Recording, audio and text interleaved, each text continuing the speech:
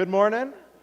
There we go. Man, I love it. I love it. Welcome to May 1. Glad you guys are here. I don't know about you. I was reminded it was May yesterday when I woke up and my eyes were swollen shut and I could barely talk. So, this morning, if that's kind of your story, you're in good company, and we are glad you are here. A few other things happening today. It is the opening day for the Nashville Soccer Club. I know we have some fans in here. Yeah, man, it's going to be a good day. I'm very excited about that. And guys, you have 1 week until Mother's Day. So be warned, just know, it's coming whether you're ready or not, all right? So just be ready, all right? Glad you guys are here. If you are a guest with us today, we are so delighted that you are with us. My name's Jason. I'm one of the pastors here, and we remember what it's like to be somewhere new for the first time. It's honestly quite terrifying. So, you made it. You're here, okay? And we're glad that you're here. And our hope and our prayer is that you just feel like family when you leave. And if you haven't already felt that when you come in, I assure you, man, you're going to meet Joel Frame, and you will immediately feel warmed and loved and welcomed. If you have your Bibles, turn with me to Genesis chapter 2. We are in week 2 of our spring spiritual practices. Now, a little bit about spiritual practices. I grew up hearing them called spiritual disciplines. And I don't really like the word discipline. It brings back a lot of memories of spankings that I just don't really care for. So we kind of changed it a little bit, and we call them spiritual practices here. And the goal behind spiritual practices, things like reading your Bible and prayer and fasting, the goal behind them, listen, is not to get something from God. Okay, it's not to somehow get on God's radar and God go, I was going to not really bless you this week, but you read Deuteronomy, now I have to. It's not like that at all, okay? What it is this. We think of spiritual practices here kind of like a garden. When you plant a garden, you can't just go out into any old field and just throw stuff out, at least not expecting something to happen in return. What spiritual practices do, it's like going through and clearing out all the rocks, all the roots, all the sticks, tilling up the soil so that way when the seed gets planted, it falls in a good place and you see something come out of it. Another way of thinking of spiritual practices is it's kind of like creating space. And that's what we do. Right? When we fast, we're creating space. We are withholding our bodies from food so that we can create space for the Spirit of God to speak to us. And last week, we started looking at another spiritual practice, and it was the practice of Sabbath. Now, I'm just curious, okay? If you were here last week and you were like this coming week or this past week, you started on some level. Maybe it was a few hours, maybe it was a whole day. Did anybody take the challenge to just kind of have a day or a time set aside for Sabbath? Anybody? Okay, a few of you. Great job. Awesome. You get 10 bonus. I'm just kidding. No, it doesn't work like that. I tried. Friday, I was like, man, it's going to be my day. I'm so excited. And then what I discovered was on the day that I had planned to do a Sabbath, it was actually busier than my busy days. So my non-busy day became a busier day than my busy days. So I was totally hijacked and blindsided, and I thought, man, I've got to prepare better.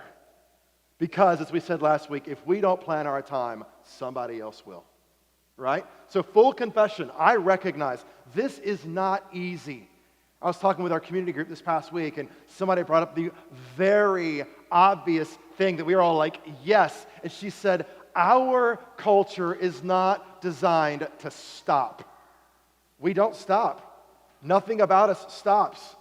Everything keeps going, and the temptation is if you feel like you're stopping or you have to stop, you're going to miss out. And y'all, I don't know about you, but I get FOMO really bad. You know what I'm saying? The day keeps going, I go, what did I miss? I'm immediately pulling up Twitter or the news or trying to figure out what's going on. And the desire to stop or the need to stop, yet the ability to stop almost seem at odds. But in this, as we looked at last week, what we realized or what we recognized is that the invitation to stop is that. It is an invitation. And it's rooted in Jesus' teachings in Matthew chapter 11, where he says it this way. Come to me, all who are weary and heavy laden or heavy burdened. Those two words, weary, means literally beaten from without, and heavy burden means beaten from within. I don't know about you, but man, I feel that a lot of days. I feel just absolutely beaten. Deadlines, personal expectations, things that I didn't get done that I wanted to get done, that sense of failure I can't seem to quite shake. And the invitation by Jesus is, come to the table. Come, everybody who's experiencing this, and I will give you what? Rest. And he keeps going. Take my yoke upon you and learn from me, for I am gentle and humble in heart, and you will find rest for your souls. For my yoke is easy and my burden is light. That idea of taking a yoke by Jesus is the way he describes adopting his way of viewing the world. Right? It's a way of saying, hey, like, take on the way I understand the way the world works. The way I view life and how we should live in it. Take that on you and take off of the junk that you seem to bring to the table and keep trying to put back on. Because what I want to offer you is something that can actually give you deep-seated, soul-nourishing rest. And we were all like, I want that. So that was the invitation to come and stop.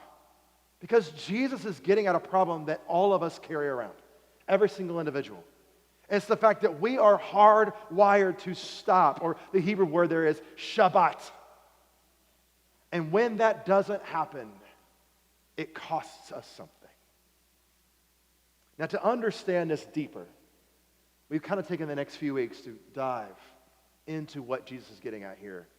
And today we're going to kind of go back to where it started. Right? So we're going to start back in Genesis chapter 2, because the beginning of the world is really where the beginning of this Shabbat or stopping happens. Look with me in Genesis chapter 2, starting in verse 1. It says this: Thus the heavens and the earth were finished. Remember, God had been creating the world for 6 days, and all of their multitude. And on the seventh day, God finished the work that he had done, and he, what? Rested. He Shabbated on the seventh day from all the work that he had done. So God blessed the seventh day and hallowed it, because on it God what? Rested. He Shabbated from all the work that he had done in creation. So you've got like God working for 6 days, creating everything that we know in existence, all the seen things and the unseen things. All that's happening in 6 days, and on the seventh day, God stops and he rests. You ever thought about why? He's God. Does he need a nap? What happened? Why does he need a break? Or why is there this break there at all? Some scholars, actually a lot of scholars, say, well, God was giving us a model. Right? He was showing us what we should do as human beings who are made in his image. And while I understand that, I think that's baloney. And here's why.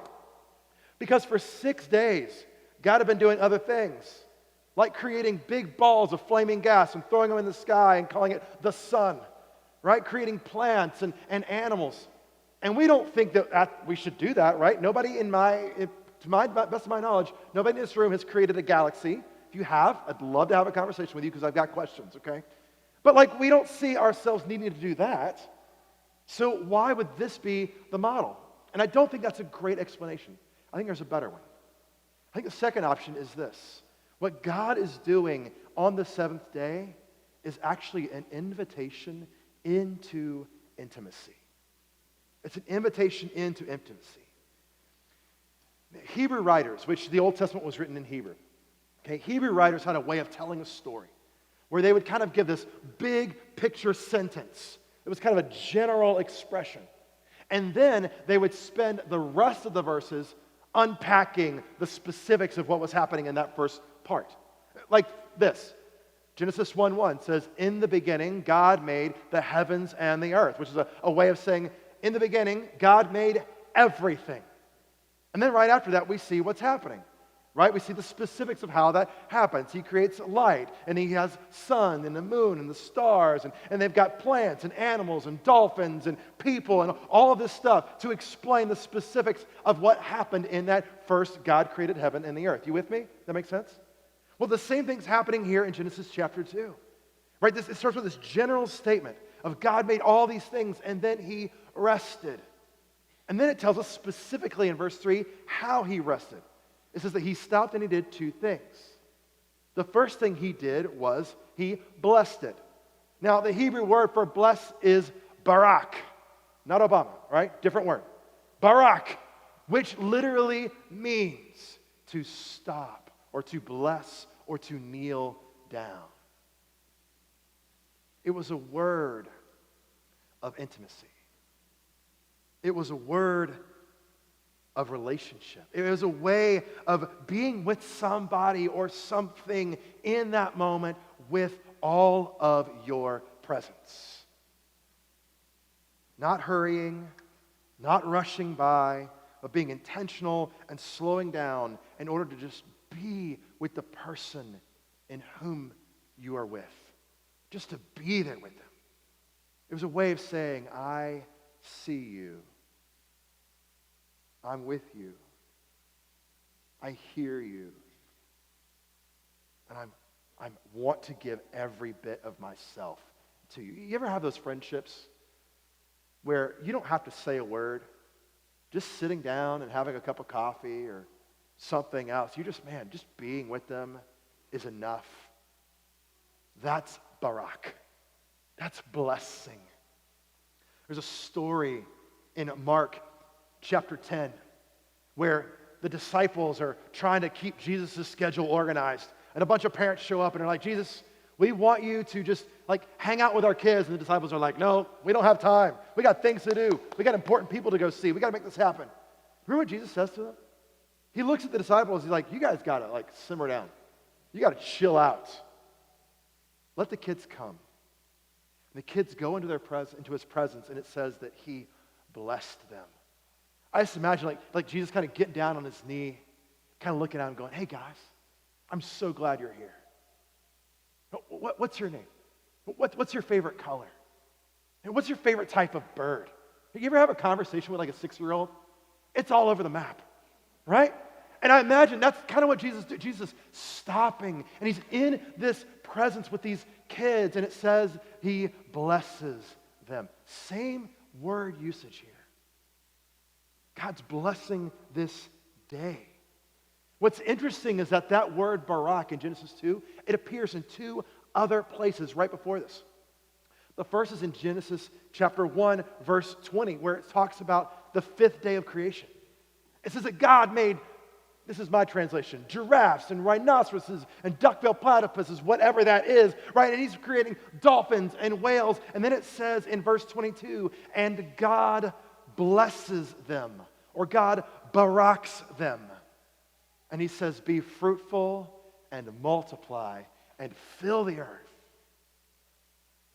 The second time it appears is right after that on day 6. God makes, what does he make on day 6, you guys know? People. God makes us. And as he makes us, what he says is this, hey, be fruitful. It says that God blessed them, baraked them, saying be fruitful and multiply and fill the earth. Same thing. So, okay, day 5, you've got a blessing of animals. Day 6, you got a blessing of people. So when we hear this word barak come up again, guess what we're expecting? It's going to be a living thing.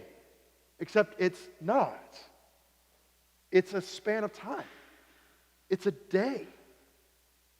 And we kind of start scratching our heads going, now wait a minute. Barak is only used for living things. So when we get to chapter 2 and God's talking about the Sabbath, the span of time as being blessed, we're going that's weird, man. What is happening there?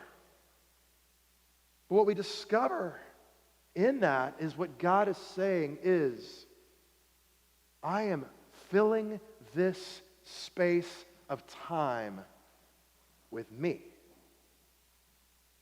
The second thing that God says, it says that God did on that seventh day, not only did he barak it, he kadashed it.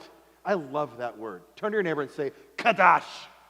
There you go. Beautiful. Kadash.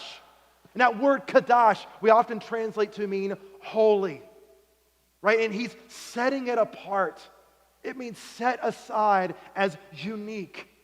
In the Old Testament, the only things that were Kadash were things that were associated with the presence of God.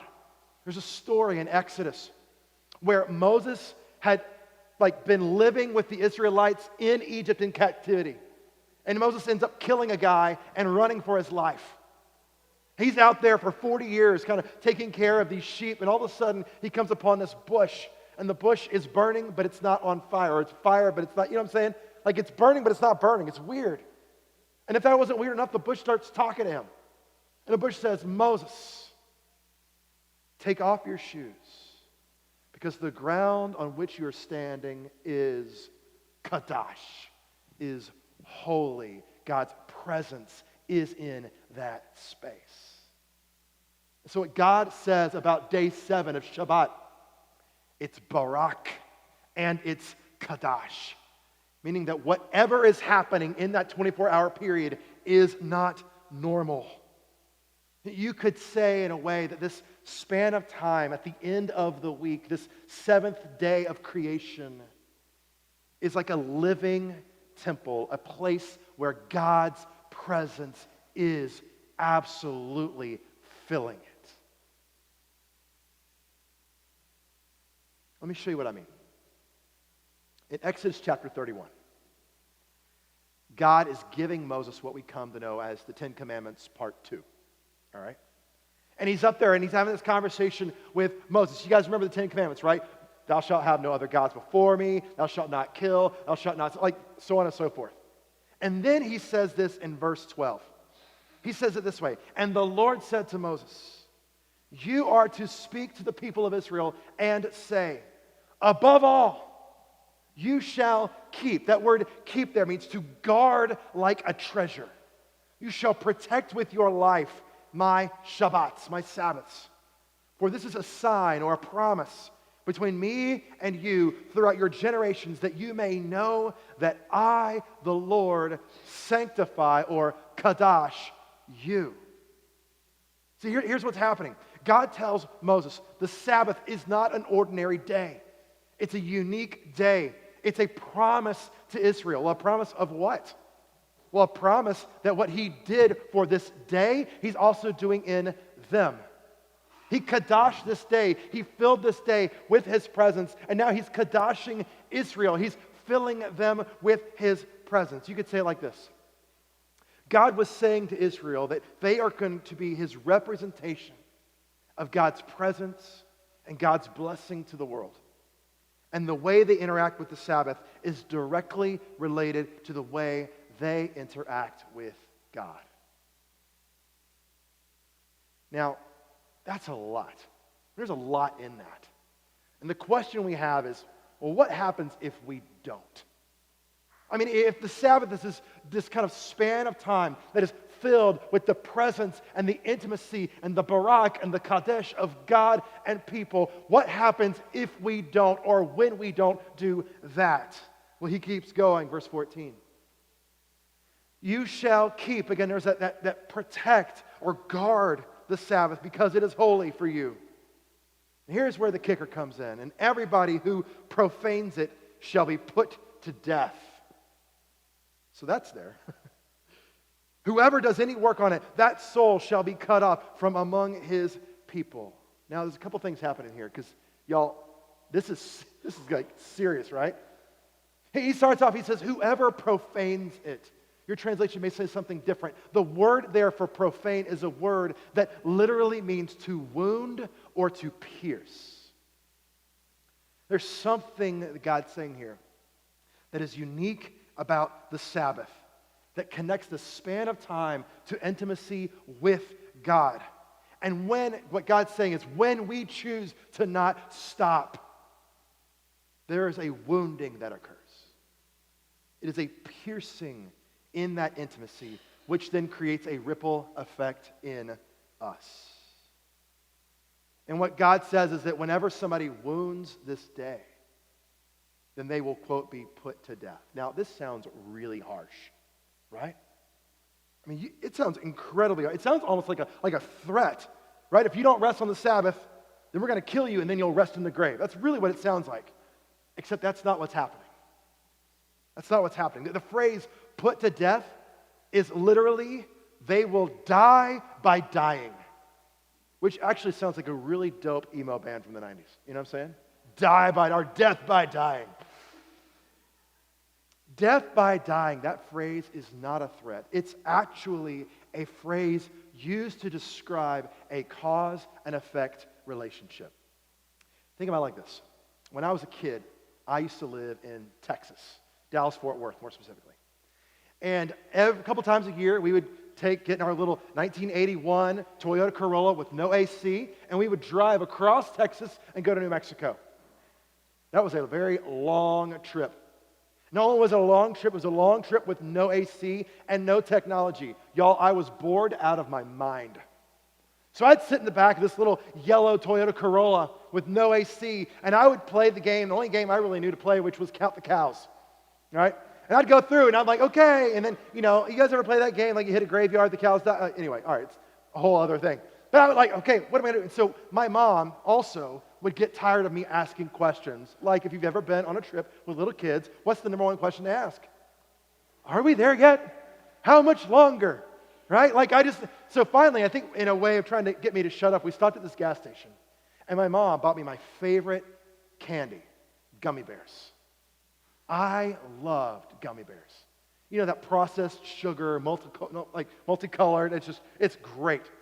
So I'm like in the back and she says, okay, I'm going to give this to you, but do not eat all of them, because in the day that you do, you will be sick. Got it, Mom.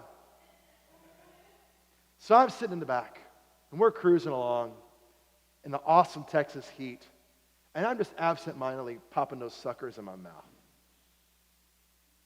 Over and over again, until I look down and the bag is empty.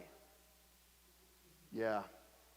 And I don't know what happened, and I don't know how long it took. It felt like an eternity, but I think it was a flash. But what happened was all of a sudden, everything on my inside came to my outside. And I mean, it was vomit of just multicolored processed sugar all over me, all over the back of my dad who was driving the car, like on the floorboard. It was nasty. And my mom had to resist that urge of told you so, right? Now, let me ask you a question. When my mom told me not to eat all the gummy bears, was that a threat? No. It was a promise. It was saying, hey, I have lived life longer than you. I know what happens when you get hot and car sick and pump your body full of just nasty sugar. It does not end well for you or anybody else. This is, in a sense, death by dying. I was reading an article this past week put out by the World Health Organization. They call this idea slow suicide. One author calls it a lifestyle disease. And they say it this way: lifestyle disease comes from the choices people make about what they eat, what they drink, and how they move, and even how they think about life.